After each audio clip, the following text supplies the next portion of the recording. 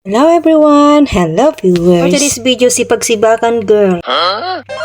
Bago ko umpisahan ang trabaho ko, kailangan ko muna ipag-ready si Lola ng pagkain. Para pagising niya, nakahanda ng lahat. Ito naman yung iniinom ko tuwing umaga. Dahil 12 noon po, si Lola ay oras ng pahinga. Sa tuwing pahinga ni Lola, pagkakataon ko na ito ulit magtrabaho. Itong ginagawa kong trabaho ay aking voluntary lang po. Dahil hindi naman ako nila inuutusan na trabahawin ang gusto kong ditong gawin sa loob ng bahay. Malaya po ako magtrabaho dito kahit ano pong gawin ko. Ang mahalaga, unahin talaga si Lola. Dahil yun naman talaga yung part ng trabaho ko. At syempre, bilang kasama ka ni Lola, ikaw rin gagawa sa loob ng bahay. Dalawa lang kami magkasama dito. At ako na rin gumagawa ng mga schedule ng mga gagawin ko sa loob ng bahay dito. Kaya tuwing oras ng pahinga ni Lola, ito naman po yung mga trabaho kong ginagawa. Hindi po yan araw-araw po na ginagawa ko na maglinis po ng bahay.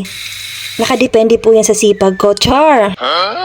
Pero totoo po yun, parang bahay ko na din. Basta ang mahalaga si Lola ay hindi mapabayaan. O siya, punta na nga tayo sa paglilinis. Eto naman, nilinisin ko yung ilaw kasi napansin ko marami na siyang alikabok. Ang pagkakatanda ko, lininis ko yan 1 year ago pa. Pero hindi naman ganun kakapal yung mga alikabok. Dahil lagi nakasarado ang loob ng bahay namin. Kung hindi na napundihan, hindi ko pa napansin, may alikabok na pala. Char. Dahan-dahan nga ako dyan kasi malapit yan sa kwarto ni Lola. Istorbo ko yung tulog niya. Pagkatapos ko naman linisin yung mga ilaw, dito naman ako naglinis sa baba. Itong part na to, ito yung office ni Lola noong panahon na malakas pa siya. Kung mapapansin nyo, ang daming equipment na dito na mga pang-art. Kasi si Lola dito sa loob ng village, mayroon siyang studio big. Dahil ang tanit ni Lola ay mag-art at gumawa ng ceramic. Si Lola pala po ay dati po niyang trabaho ay principal dito sa loob ng village. Yun po ang last work ni Lola. Galing din po si Lola kumanta. Isa din po yan sa talent niya. Tapos ko naman po maglinis, ito nagwalis naman po ako. Dahil tapos na ako maglinis, pagtatapon na po ako ng basura sa labas. Paglabas ko, iba na yung damit ko dahil sobrang lamig po sa labas. Itong week na to, ito yung pinakamalamig dito sa Israel. Bandang Jerusalem po, pinapakita po sa balita, nagkakaroon na po ng yelo. So, dito na nga po ako sa basurahan.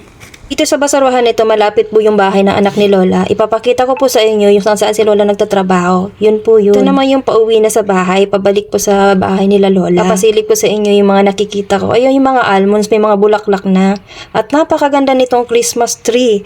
Parang Christmas tree sa atin, di ba? Oh, napakatanda na niyan, guys. Eto na at nakauwi na po ako. Thank you for watching, guys. See you on next video. Bye!